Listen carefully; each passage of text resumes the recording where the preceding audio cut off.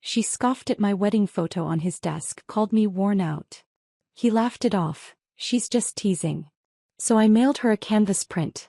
Me in Venice, champagne in hand, her ex kissing my cheek. I even wore the necklace he once gave her.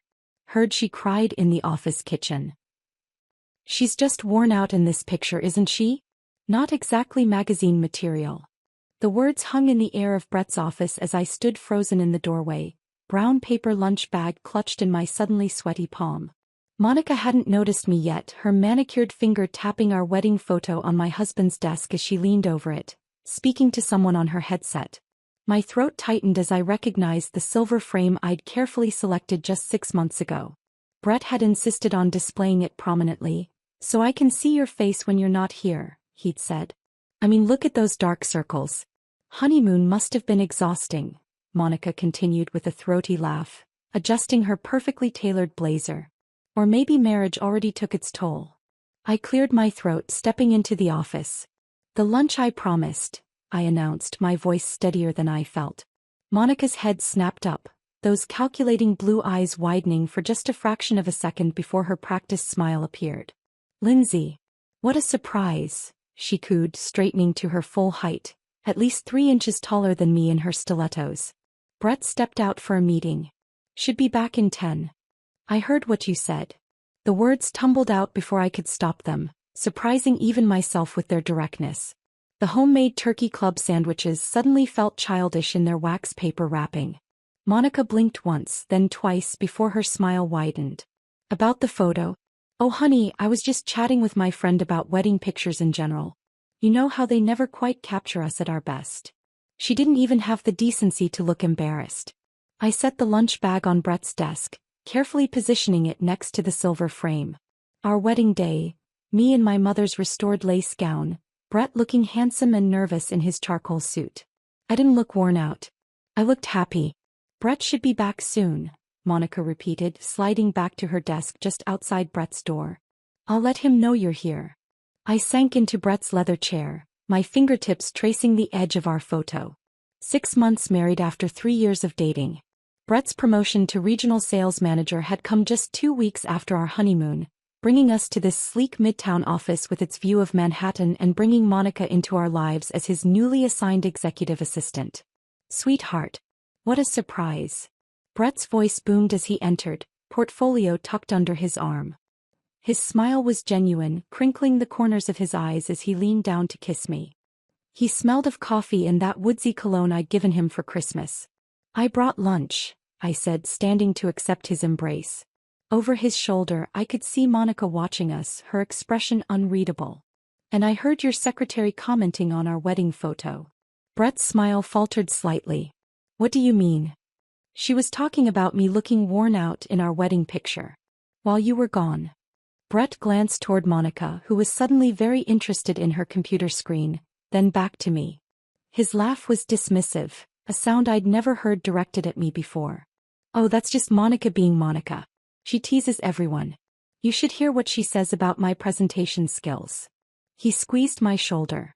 "Don't take it personally." The casual brush-off stung worse than Monica's original comment. I pulled away slightly. "It felt personal, Brett. Linz, she's just got a dry sense of humor. It's how she is with everyone around the office." Brett was already moving on, opening the lunch bag with appreciation. "You made my favorite. And is that your special aioli?" I nodded automatically, watching as he unwrapped the sandwich with childlike enthusiasm. Through the open door, I could see Monica glance our way, her perfectly shaped eyebrow arching slightly before she returned to her typing. "Actually, I think I heard the Johnson file come in," Monica called out, rising from her desk with a folder in hand. She appeared in the doorway, knocking lightly on the already open door. "Sorry to interrupt your lunch." "Perfect timing, come in," Brett replied, gesturing her forward. "Lindsay just brought these amazing sandwiches. There's plenty if you want one." My sandwich turned to sawdust in my mouth as Monica glided into the room, accepting Brett's offer with practiced grace. "That's so thoughtful of you both, but I brought my salad today. Watching the carbs, you know." She patted her flat stomach with a wink. I watched as she handed Brett the folder, their fingers brushing slightly in the exchange. Something shifted in my chest, a tightening I couldn't quite identify. Oh, and Brett, don't forget the conference call at 2. I've prepared those projection slides you needed. The casual intimacy in her voice made my skin prickle. You're a lifesaver, Mon, Brett replied, using a nickname I'd never heard before. Seriously, Lindsay, I don't know what I'd do without her. She remembers everything. Everything except professional boundaries, apparently, I muttered under my breath. What was that? Brett asked, looking up from the folder. Nothing, I replied, forcing a smile. Just thinking about your busy schedule. Monica lingered, making small talk about office gossip. Names and situations I didn't recognize, but that had Brett chuckling easily. I noted how she leaned against his desk, how her laughter came quick and musical at his jokes, how she seemed to have carved out a space in his daily life that I knew nothing about. When she finally left, closing the door with a gentle click, the office felt different. The photo on Brett's desk suddenly seemed like a relic from another time rather than a 6-month-old memory. She's nice, right? Brett asked between bites. The whole team loves her. She's already organized the office happy hour and a charity run. She made fun of our wedding photo, Brett. She called me worn out while you weren't here. Brett sighed, setting down his sandwich. Honey, I'm sure it wasn't like that. Monica is professional. She wouldn't. I heard her, Brett. I was standing right there. He reached for my hand across the desk. Then it was just a bad joke. She doesn't mean anything by it. The drive home that evening was suffocating in its silence. Brett had kissed me goodbye at his office, promising to be home for dinner, but all I could think about was the easy way he'd dismissed my concerns. The traffic crawled along the FDR drive, giving me ample time to replay the afternoon in my mind. Was I overreacting? Maybe Monica's comment was just thoughtless office banter. But the way Brett had refused to acknowledge it bothered me more than her original words. It was as if my feelings didn't matter when weighed against workplace harmony, or worse, against Monica's feelings. I gripped the steering wheel tighter as a taxi cut me off, forcing me to brake suddenly. The photo in the silver frame flashed in my memory, along with Monica's perfectly manicured finger tapping my face. Worn out, she had said with such casual cruelty. The setting sun glinted off the East River as I inched toward our apartment in Queens, my mind churning with questions I couldn't quite form and suspicions I didn't want to face. Something had shifted today, something I couldn't quite name but could definitely feel. And as I finally pulled into our building's parking garage, I realized the heaviness in my chest wasn't just hurt. It was resolve. I entered our apartment with that strange new weight in my chest, tossing my keys into the ceramic bowl my mother had given us as a housewarming gift. Our 2-bedroom in Astoria wasn't much, but we'd made it ours. The mismatched furniture from our single days blending with wedding gifts and weekend flea market finds. The normalcy of it all. The stack of mail on the counter, Brett's running shoes by the door, my half-finished painting on the easel by the window, made the afternoon's events feel even more surreal. The kitchen clock read 6:30. Brett wouldn't be home for at least an hour. I opened the refrigerator, staring blankly at its contents before shutting it again without taking anything. My appetite had vanished somewhere between Brett's office and home. Instead, I poured myself a glass of wine, the Cabernet we'd discovered at that little vineyard upstate last fall. Back when things felt simpler. Before promotions and Monica. She's just teasing, Brett had said. So easily. So dismissively. I settled onto our worn leather couch, tucking my feet beneath me as I replayed the scene. The way Monica's eyes had flicked over me, assessing and dismissing in the same glance. The way Brett had failed to see what was happening right in front of him. Or maybe he had seen it and simply didn't care. My phone buzzed with a text from Brett. Wrapping up here. Home by 7:30. Love you. I typed back a quick, okay, without the customary heart emoji, then immediately felt childish for the petty omission. But the wound still felt raw, not just Monica's words, but Brett's casual betrayal in refusing to validate my feelings. When Brett arrived home at 7:45, I'd already set the table and reheated yesterday's lasagna. He greeted me with his usual kiss, dropping his briefcase by the door and loosening his tie. Something smells good, he said, washing his hands at the kitchen sink. Sorry I'm late.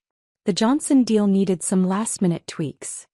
I nodded, spooning lasagna onto plates. Did Monica help with that? Brett paused briefly before turning off the faucet. Yeah, actually. She stayed late to finalize the presentation. He dried his hands on the kitchen towel. She's really great at spotting errors I miss. I'm sure she is, I murmured, setting the plates on the table with more force than necessary. Brett sighed, taking his seat. Are you still upset about today? It was just a joke, Lindsay. A joke at my expense. About our wedding photo. I remained standing, my hands pressed flat against the cool tabletop. And you laughed it off like it was nothing. Because it was nothing, Brett insisted, his voice rising slightly. You're making this into something it's not. Monica was just being playful. It's how people talk at the office. People at your office regularly insult their coworkers' spouses? Brett stabbed at his lasagna. Come on, that's not fair. You're being way too sensitive about this. Too sensitive? The words hit like a slap. Your secretary insulted me to my face, Brett. And instead of defending me, you sided with her. I didn't side with anyone. There were no sides to take because there was no real issue. Brett's fork clattered against his plate. This is exactly why I don't tell you about work stuff. You blow everything out of proportion. That was new. What else haven't you told me? Brett's expression shifted from frustration to wariness. That's not what I meant. Isn't it? I finally sat down, more to steady myself than anything else. What other jokes about me am I too sensitive to hear? None. Jesus, Lindsay. Brett ran a hand through his hair, a nervous habit he'd had since college. Can we please just eat dinner like normal people? Normal people. As if I were the one being irrational. We ate in tense silence for several minutes. I picked at my food while Brett devoured his, apparently unaffected by the argument. That's when I noticed his phone, face up on the table beside his water glass, screen lighting up every few minutes with notifications. Each time his eyes would dart to it, fingers twitching slightly before he'd resume eating. Popular tonight, I observed, nodding toward the device. Just work emails, Brett replied too quickly. He flipped the phone face down, but not before I caught a glimpse of the notification banner. Not Outlook, but a text message. My stomach knotted. On a Tuesday night after hours? The Johnson deal, remember? Brett reached for his water, avoiding my gaze. We're presenting tomorrow. Another notification. Brett's fingers drummed against the table, but he didn't touch the phone. You can check it, I said quietly. Seems important. Brett hesitated before flipping the phone over, tapping out a quick response with his thumb. Just Monica with a question about the slides. He set the phone down again, this time tucking it halfway under his plate. Nothing urgent. Monica. A question that couldn't wait until morning. After dinner, Brett volunteered to clean up, a peace offering I accepted without comment. I retreated to the bathroom, standing under the shower's hot spray until my skin flushed pink, as if I could wash away the day's unease. When I emerged, Brett was already in bed, scrolling through his phone. He set it aside quickly when I entered, reaching for the remote instead. Want to watch something? He asked, voice carefully neutral. I nodded, slipping under the covers beside him. We settled on a mindless cooking competition. Safe territory with no room for personal landmines. Brett's arm came around my shoulders. A familiar weight that should have comforted me but now felt like a performance of normalcy. Sleep eluded me long after Brett's breathing had deepened into soft snores. His phone sat charging on his nightstand, its presence somehow accusing in the darkness. I stared at the ceiling, cataloging the day's red flags like counting sheep. Monica's comment, Brett's dismissal, the secretive texts, his defensiveness at dinner. Was I truly being oversensitive? 6 months ago, I'd walked down the aisle certain of Brett's love, of our future together. Now doubt crept in like rising floodwater, seeping into every crack in our foundation. Around 3 a.m. Brett's phone buzzed again. A single vibration, screen briefly illuminating the wall before going dark. A late-night text that couldn't wait until morning. My fingers itched to reach across him, to confirm or dispel my suspicions with a single glance. But something held me back. Not just the risk of waking him, but a deeper instinct warning me against learning a truth I wasn't prepared to face. Instead, I carefully slid out of bed and padded to the kitchen. Our wedding album sat on the bookshelf beside cookbooks we rarely used. I pulled it down, settling onto the sofa to page through memories still fresh enough to sting. Brett's face as I walked down the aisle, our first dance, cake smeared on noses, goodbye hugs as we left for our honeymoon. In none of those photos did I look worn out. I looked radiant, hopeful, in love. What had changed in 6 months? The promotion, yes. The new office. Monica. But something else had shifted too. Something in Brett or in me or in the space between us. Dawn found me still on the couch, the album closed on my lap. A decision crystallizing in my mind. Direct confrontation wouldn't work. Brett had already shown he would dismiss my concerns, paint me as irrational. Demanding answers would only push him further away, make him more secretive. No, this required a different approach. If Monica wanted to play games, I could play too, but with my own rules. I wouldn't confront Brett about his texts, his defensiveness, his secrets. Not yet. First, I needed to understand exactly what I was dealing with. And then I would respond in a way neither Brett nor Monica would see coming. As the first rays of sunlight filtered through our blinds, I returned the album to its shelf and began making coffee, a plan already taking shape in my mind. Brett would wake to find his wife smiling, apologetic for overreacting yesterday. He wouldn't suspect a thing. Brett entered the kitchen 15 minutes later, his hair still damp from the shower. He hesitated briefly when he saw me standing there with coffee already brewing, clearly expecting the tension from last night to continue. "Good morning," I said, offering a warm smile that didn't quite reach my eyes. "Coffee's almost ready." Relief washed over his face.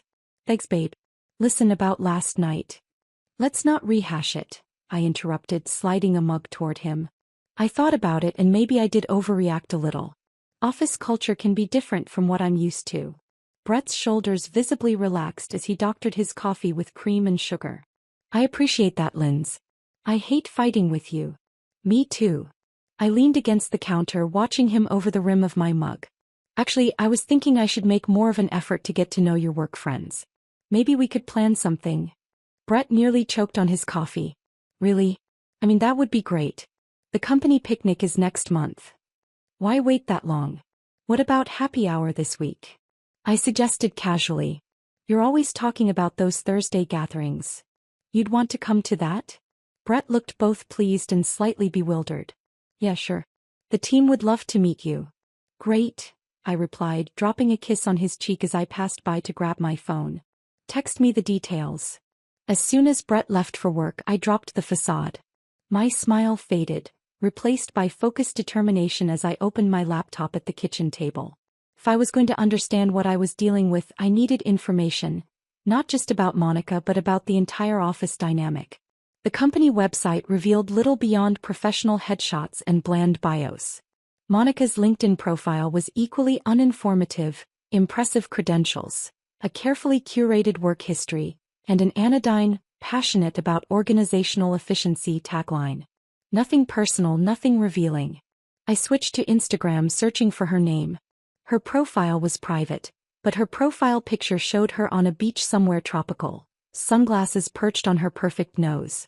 I scrolled through the list of mutual connections, surprised to find we shared one. Jenna Wilson, a graphic designer at Brett's company whom I'd met briefly at a holiday party last year. Jenna had seemed friendly enough, unguarded in a way that suggested she wasn't part of any office politics. The perfect source of information. I crafted a casual message. "Hey Jenna. It's Lindsay, Brett Miller's wife. We met at the Christmas party. I'm planning a surprise for Brett's birthday and wanted to get some input from his work friends. Any chance you're free for coffee this week?" Her response came within the hour. "Lindsay. Of course I remember you. Coffee sounds great. Tomorrow at 1? There's a cute place near the office called Grounded." Perfect. The next day I arrived early at the coffee shop, securing a corner table where we could talk without being overheard. Jenna breezed in 5 minutes late, apologizing as she unwound a colorful scarf from her neck. "Sorry. Design meeting ran long. You look great, by the way." She settled into the chair across from me, ordering a chai latte when the server approached. "Thanks for meeting me," I said after we'd exchanged pleasantries. "Brett's so private about work stuff, I sometimes feel like I'm missing half his life." Jenna laughed, a genuine sound that put me at ease. "Brett's one of the good ones. Keeps his head down, does great work. Not like some of the office drama queens." I raised an eyebrow, seizing the opening. "Drama? That sounds intriguing." "Oh, you know how offices are. The marketing floor is basically a reality show." She stirred her chai, contemplative. "Though it's been quieter since the whole Travis Monica blow-up." My pulse quickened. Travis Monica. Oh God, you don't know? I thought everyone knew. Jenna leaned forward, lowering her voice. Monica, Brett's assistant? He was dating this guy Travis for like 5 years. College sweethearts, the whole fairy tale. Then boom, he dumps her out of nowhere 2 months ago. Right before they were supposed to move in together. I feigned surprise. That's awful. Was there someone else? Jenna shook her head. That's the thing, by all accounts Travis is a decent guy. Said he just wasn't ready for the next step. Monica took it hard. Like really hard. Started showing up to work looking like she hadn't slept, took sick days. Then suddenly she's back, all perfect outfits and flirting with every guy in the office. Including married ones? I asked, trying to keep my tone casual. Jenna's eyes widened slightly. You've noticed too? I mean, I don't want to gossip, but... She hesitated. Let's just say you're not the only wife who's had concerns. Monica seems to have this thing for unavailable men now. Like she's proving something to herself. Or to Travis, I thought. Does she still talk about him? Travis. I sipped my coffee, watching Jenna carefully. Not directly. But she still wears that necklace he gave her. Silver pendant thing with a little moonstone. Never takes it off. And Melissa from accounting said she saw Monica scrolling through his Instagram during lunch last week. Jenna checked her phone.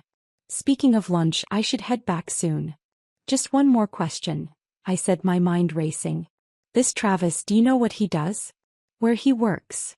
Jenna looked puzzled by my interest but answered readily. He's a photographer, I think. Does commercial work, corporate headshots, that kind of thing. Actually, she brightened, he did our company headshots last year. That's how they met. I walked Jenna back toward her office, grateful for the frigid January air that explained the flush in my cheeks. We parted with promises to meet again soon, her none the wiser about my true interests. Back home, armed with a name and profession, I began my search in earnest. Travis Bennett's photography website appeared immediately in my search results. A sleek, professional showcase of his work. Corporate events, product photography, headshots of smiling professionals. And under personal projects, a series of intimate portraits. All women, all beautiful, all captured with a gaze that felt almost loving. One, dated about 7 months ago, showed Monica on a park bench, laughing at something off camera, that silver pendant gleaming at her throat. I found his contact form, my finger hovering over the keyboard as I considered my approach. Too eager and I'd raise suspicions. Too vague and he might ignore me altogether. Finally, I typed, I'm looking for a photographer for a personal project. Something that captures a more intimate, authentic portrait than standard headshots. Your work with natural lighting particularly impressed me. I'd love to discuss rates and availability. Short, professional, innocuous. I signed it Lindsay Miller, not hiding my identity but not broadcasting my connection to Monica either. Then I clicked send before I could second-guess myself. His response arrived that evening while Brett was in the shower. Thanks for reaching out, Lindsay. I'd be happy to discuss your project. My schedule is fairly open next week. Would you prefer to talk by phone or over coffee? I smiled at my phone screen, the first genuine smile in days. Coffee would be great, I replied. Tuesday at 10? There's a place called Grounded that I've heard good things about. The same cafe where I'd met Jenna. A small risk but a calculated one. If anyone saw us, it would appear to be nothing more than a business meeting. And somehow, it felt fitting to begin this new phase in the very place where I'd discovered Monica's weakness. Travis confirmed our meeting with a brief, "See you then." I closed my laptop and joined Brett in bed, maintaining my facade of reconciliation as I curled against him. He pulled me close, murmuring something about being glad we were past that office misunderstanding. I made an agreeable sound, already mapping out my next steps as Brett drifted to sleep beside me. Monica had aimed for a tender spot, my marriage, my very identity as Brett's wife. Now I knew exactly where to aim in return. The silver pendant. The ex-boyfriend. The broken heart she was trying to hide beneath her perfect exterior. Thursday's happy hour couldn't come soon enough. Thursday's office happy hour proved even more illuminating than I'd expected. Brett introduced me around with obvious pride, his arm draped possessively across my shoulders. I dressed with calculated precision. A silk blouse that highlighted the features I knew were my best, paired with jeans that drew appreciative glances. Nothing too obvious, nothing that screamed marking my territory, but enough to remind everyone, especially Monica, that I wasn't the worn-out wife in the wedding photo. Monica's smile tightened when she saw me, her eyes flicking between Brett and me as we approached the high-top table where she stood with several colleagues. "Monica," I greeted her warmly, extending my hand. "So nice to see you again under better circumstances." Her handshake was firm, professional. "Lindsay, I didn't realize you'd be joining us tonight." "Last-minute decision," I replied, keeping my tone light. "I've been so curious about Brett's work family." Throughout the evening I observed her. The way she laughed too loudly at the male colleagues' jokes. The way her hand lingered on Brett's arm when she asked him about a report. And most tellingly, the way her fingers absently traced the silver pendant around her neck whenever the conversation lulled. When I excused myself to the restroom, I wasn't surprised when Jenna followed moments later. "So, thoughts?" she asked as she reapplied her lipstick beside me. "About." I played innocent, touching up my own makeup. "Monica." Jenna lowered her voice. "I saw how she was with Brett. I'm sorry I didn't warn you more specifically." I shrugged, snapping my compact closed. "Brett's oblivious. Men usually are." "That's generous of you." Jenna studied me in the mirror. "Most wives would be furious." "Who says I'm not?" I smiled, a complicated expression that made Jenna raise her eyebrows. "I've just learned there are more effective responses than obvious anger." By Tuesday morning I'd developed a clear strategy. Meeting Travis at Grounded, I'd selected a table in the corner, visible enough to appear innocent, private enough for real conversation. I recognized him immediately from his website photos. Tall with thoughtful brown eyes and an artist's observant gaze. He spotted me too, raising a hand in greeting as he navigated between tables. "Lindsay." His handshake was firm. "Travis Bennett. Thanks for reaching out." "Thanks for meeting me," I replied, noting how his eyes assessed me, not flirtatiously, but with a photographer's attention to angles and light. "Your portfolio is impressive. You mentioned a personal project?" He settled across from me, placing a leather portfolio on the table between us. I took a deliberate breath. "Yes, though I should probably be more direct about what I'm looking for. I want portraits that capture a very specific emotion, victory." His eyebrows rose slightly. "That's specific. May I ask why?" "It's complicated." I hesitated, then decided on a calculated risk. "I believe you know Monica Reeves?" Travis stiffened visibly, his expression closing. "I do. Is this about her?" "In a way," I admitted. "I'm Brett Miller's wife. Brett is Monica's boss." Understanding dawned in his eyes, followed by wariness. "Look, if this is about Monica and me." "It's about Monica and my husband," I interrupted quietly. "Or rather, about how she treated me and how he failed to defend me." I explained the wedding photo incident, keeping my tone measured, reasonable. Travis listened without interruption, his photographer's eyes never leaving my face. When I finished, he sat back. "That sounds like Monica. Especially lately." "Lately?" He sighed, turning his coffee cup in slow circles. "After we broke up, he changed. Started pursuing unavailable men, flaunting it on social media where she knew I'd see. It wasn't like her. Or at least not like the woman I thought I knew." "Why did you end it?" I asked, genuinely curious. "Because I realized she wanted a prop more than a partner." His honesty surprised me. Someone successful enough to show off, attentive enough to validate her, but not independent enough to challenge her narrative. When I stopped playing along, things unraveled quickly. I nodded, understanding more than he knew. "And the necklace she still wears?" A shadow crossed his face. "A moonstone pendant. My last gift to her, for our 5-year anniversary, 3 weeks before I ended things. I didn't realize she still wore it." "Every day," I confirmed. "It seems to mean something to her." Travis was quiet for a moment. "What exactly are you proposing, Lindsay?" "A photo that would show Monica I'm not to be trifled with. Nothing explicitly cruel, just me looking happy with you in the frame. Wearing a similar necklace." "To what end?" "Peace of mind," I replied simply. "And perhaps a reminder that actions have consequences." He studied me for a long moment. "I should say no." "But you won't," I observed. Travis smiled slightly. "I have a commercial shoot in Chicago next week. The client wants skyline and lakefront imagery for their annual report. If you're serious about this, it would be the perfect backdrop. Chicago. I repeated, intrigued by the unexpected development. Magnificent mile downtown, the works. All expenses covered by the client. He pulled out his phone, checking his calendar. I'll be there Thursday through Saturday. You could fly in Friday, we'd shoot that evening, and you'd be home by Saturday night. And Brett would never need to know, I mused. That part's up to you. Travis shrugged. I'm just offering a professional service. I considered the logistics. A day off work, a plausible excuse for Brett. I'd need to find a necklace similar to Monica's. I have contacts in the jewelry district, Travis offered, then caught himself with a self-deprecating laugh. Listen to me enabling this whole scheme. Having second thoughts? No, he admitted. Monica made her choices. And frankly, what you're proposing is pretty mild as revenge goes. We spent the next hour finalizing details. Flight times, the exact location for the shoot, the artistic direction. Travis was surprisingly enthusiastic about the creative aspects, suggesting the Drake Hotel's terrace for its stunning lake views and iconic Chicago backdrop. We'll need props, he noted, making notes on his phone. Champagne definitely. Elegant but relaxed attire. And that necklace.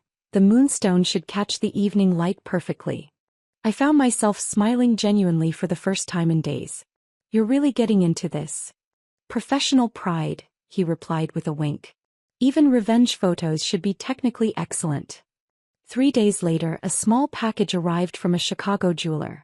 A silver pendant nearly identical to Monica's, but with subtle differences only its original owner would notice. I tucked it away in my jewelry box, heart racing with anticipation. Friday arrived with perfect spring weather. I'd told Brett I was visiting a college friend in Pittsburgh. A plausible lie he accepted without question, too preoccupied with a major client presentation to probe further. The flight to Chicago was quick, just under 2 hours, giving me time to check into the Drake and prepare for the evening shoot. Travis met me in the lobby at 6, equipment cases in hand. Perfect timing.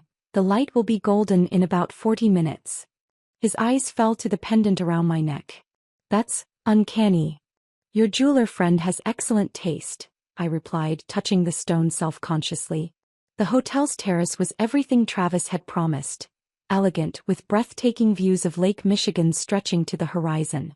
A small table had been set with champagne and 2 glasses, the evening sun casting everything in a warm, flattering glow. Stand here, Travis directed, positioning me against the stone balustrade. Now lift your glass slightly. Perfect. For the next hour we worked through various poses. Some casual, some more deliberate. Travis was professional throughout, guiding me with clear instructions while explaining his artistic choices. Now for the money shot, he said finally, setting his camera on a tripod. I'll set the timer, join you in the frame, and the camera will capture the moment. Ready? I nodded, heart pounding as he programmed the timer and moved quickly to stand beside me. His arm slipped naturally around my waist, his other hand raising his champagne glass to mine. 3, 2, 1, he counted down. Then just as the shutter clicked, he leaned in and pressed his lips gently to my cheek. The intimacy of the moment caught me off guard. Not just the kiss but the entire charade we'd constructed. For a brief second, I wondered if I'd crossed a line I couldn't uncross. Got it, Travis said, stepping away to check the camera's display. Come see. The image on the small screen took my breath away. We looked like lovers, relaxed, intimate, celebratory. The pendant gleamed at my throat, catching the golden light exactly as Travis had predicted. My smile looked genuine, my eyes bright with excitement rather than calculation. It's perfect, I whispered. Travis nodded, his expression unreadable. It tells exactly the story you wanted to tell. As we packed up the equipment, our conversation turned reflective. Do you think this will actually change anything? Travis asked. Maybe not, I admitted. But it will let Monica know I'm not a passive target. And it might make Brett realize there are consequences to dismissing me. Fair enough. Travis hesitated. For what it's worth, I think Brett's an idiot for not appreciating what he has. I smiled, touched by the unexpected compliment. And Monica? Monica is fighting her own demons, Travis said quietly. That doesn't excuse her behavior, but it might explain it. We parted in the hotel lobby, our mission accomplished. As I watched him walk away, camera cases in hand, I felt a strange mix of emotions. Satisfaction at a plan well executed, lingering doubts about its moral implications, and a surprising regret that our unusual collaboration was ending. Back in my room, I studied the digital images Travis had sent to my phone. In each one, the pendant caught the light perfectly, a shining silver beacon against my skin, a message only Monica would fully understand. Now all that remained was deciding how best to deliver it. The Saturday flight home from Chicago gave me ample time to finalize my plan. I scrolled through the photos Travis had sent, each one more perfect than the last. But one stood out clearly. The moment he'd kissed my cheek, champagne glass raised in a toast, the golden sunset burnishing everything with a romantic glow. The pendant gleamed at my throat, unmistakable against my skin. I'd expected to feel triumphant. Instead, I felt a complex mix of emotions. Satisfaction, yes, but also a sobering awareness of what I was about to set in motion. Travis's parting words lingered in my mind. Everyone has their reasons. Was I any better than Monica, using a connection with Travis to wound someone else? But then I remembered her casual cruelty, her finger tapping my face in the wedding photo. "Worn out," she'd said. And Brett's dismissive laugh afterward. A betrayal that cut deeper than Monica's original insult. No, this wasn't about petty revenge. This was about respect, about consequences. About making it clear that I wasn't someone who could be mocked without repercussion. Brett was waiting when I arrived home, eager to hear about my fictional weekend with my college friend. I spun a web of harmless lies, brunch details, a museum visit, catching up on old times. He listened with half an ear, more focused on his upcoming presentation than my fabricated adventures. "How was the office while I was gone?" I asked casually, unpacking my overnight bag. "Busy. The Johnson deal is in the final stretch." Brett's attention remained on his laptop. "Monica stayed late Thursday to help me polish the slides." "Of course she did. That was nice of her." Brett looked up, finally registering something in my tone. "You're not still hung up on that comment about the photo, are you?" "I thought we were past that." "We are," I lied smoothly. "Just making conversation." On Monday morning, while Brett showered, I placed the order. A 16 by 20 canvas print with a premium glossy finish, rush processing, and delivery to Brett's office scheduled for Wednesday morning. The shipping address read, Monica Reeves, care of Miller Marketing Associates, with a simple note card attached. "Thought you'd appreciate seeing where your gift ended up." The canvas cost nearly $200 with the expedited printing and shipping, but some things were worth the investment. I spent Tuesday in a state of controlled anticipation, rehearsing my next moves. Brett mentioned offhandedly that there was a staff meeting Wednesday morning. Perfect timing for a package delivery when everyone would be gathered in the conference room. Wednesday dawned crisp and clear. I dressed with particular care. A burgundy wrap dress that Brett had always admired, subtle makeup that highlighted my eyes. If I happened to drop by the office later, I wanted to look my best. "You look nice," Brett commented, straightening his tie in the hallway mirror. "Special occasion?" "Just felt like making an effort," I replied, kissing his cheek. "Good luck with your presentation." The tracking notification arrived at 9:48 a.m. Package delivered to receptionist. Right on schedule. The staff meeting would be wrapping up soon, with everyone returning to their desks. Monica would find the package waiting, perhaps open it at her desk where others could see. I nursed a coffee at the cafe across the street from Brett's office building, pretending to read a novel while checking my phone for texts. Nothing from Brett yet, but it was still early. The package might still be sitting unopened on Monica's desk. At 10:30, unable to contain my curiosity any longer, I gathered my things and crossed the street. The security guard recognized me, waving me through to the elevators without asking me to sign in. Advantage of being the boss's wife. The marketing department occupied half of the 12th floor, an open plan of desks surrounding Brett's glass-walled office. I stepped off the elevator, immediately scanning for Monica's desk. She wasn't there. But the canvas was. Propped against her computer monitor for all to see, the glossy surface catching the fluorescent lighting. From across the room, I could make out Travis's arm around my waist, my champagne glass raised in celebration, his lips against my cheek. And at my throat, the pendant catching the golden Chicago sunset. Several employees glanced my way as I entered, their expressions ranging from curiosity to poorly concealed amusement. Jenna spotted me from her desk, her eyes widening before she hurried over. "Lindsay, I didn't know you were coming in today." Her voice was pitched low, urgent. "Did you see what? The canvas?" "Yes." I kept my tone casual. "Where's Monica?" Jenna glanced toward the break room. "In the kitchen. She's upset." "And Brett?" "In his office. He saw the photo when everyone was looking at it. He's been in there with the door closed since Monica ran off." I nodded, feeling strangely calm. "I think I'll grab a coffee while I'm here." The kitchen was at the far end of the floor, a small space with basic amenities. I found Monica standing by the window, her back to the door, shoulders rigid with tension. She must have heard my footsteps because she turned, her carefully applied makeup streaked with tears, eyes widening when she recognized me. "You," she said, the single word loaded with accusation. "Me," I agreed, moving to the coffee machine. "Rough morning." "How could you?" Her voice trembled. "You had no right to." "To what? Have coffee with a photographer? Visit Chicago?" I kept my tone innocently conversational as I selected a pod for the machine. "Or was there something specific that bothered you?" Monica's fingers went instinctively to her throat, to the pendant that matched the one I'd worn in the photo. "You did this deliberately. To hurt me." I met her gaze directly. "The way you deliberately hurt me when you mocked my wedding photo?